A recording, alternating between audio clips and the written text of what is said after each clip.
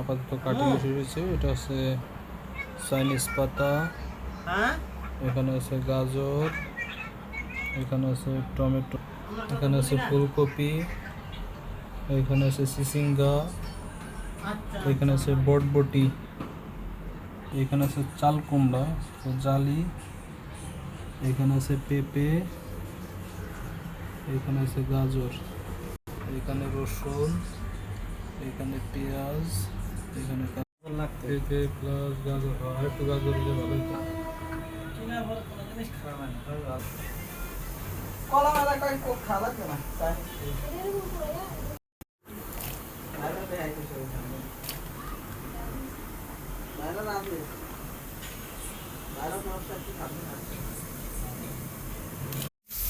Plus onion plus কাঁচামরিচ।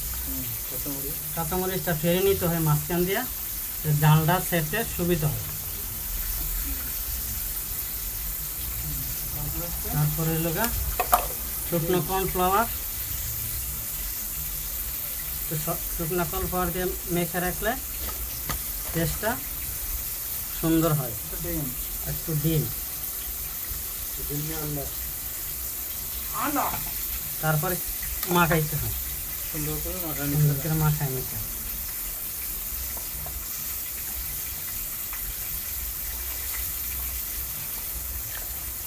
তারপরে আমার বাইরে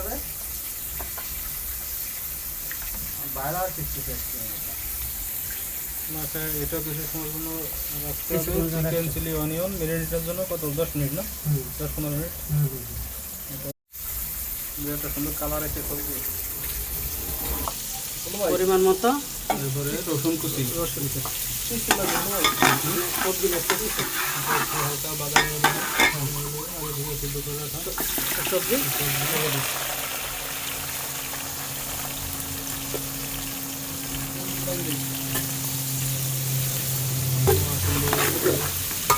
নাড়ে নাড়ে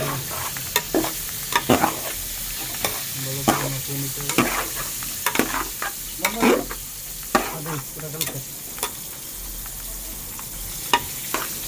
এবারে কালার একটা অস্থির কালার ওটা নামাই ওটা উঠবো।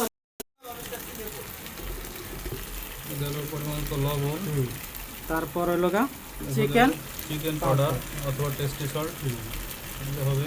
তারপর কি? তারপরে হোয়াইট পেপার, সাদা গোলমরিচের গুঁড়ো, তারপর হলো চিনি পরিমাণ মতো। হ্যাঁ হ্যাঁ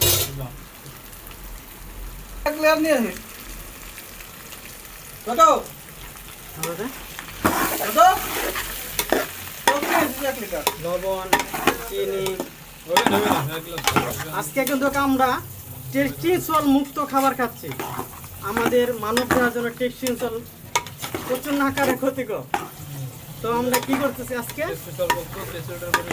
পরিবর্তে আমরা চিকেন পাউডার সুন্দরবন কত মিনিট করতে হবে? নাড়তে হবে 1 থেকে 2 মিনিট।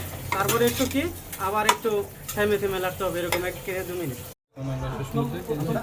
চাইনিজ পাতা প্রস্তুতিগত চাইনিজ পাতা দিয়ে দিচ্ছি। এখন আমাদের সবজিটা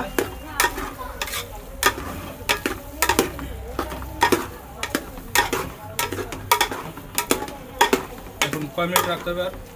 আর টেস্ট দেখবো, টেস্ট দেখার পরে আমাদের কি আর গ্রাভি দরকার আছে নাকি? না খুব সুন্দর হয়েছে। একটু সল্ট মুহূর্তে শেষ করতে হবে। আর তো 2 মিনিটের ভিতরে আমরা ধরতে এসেছিলাম।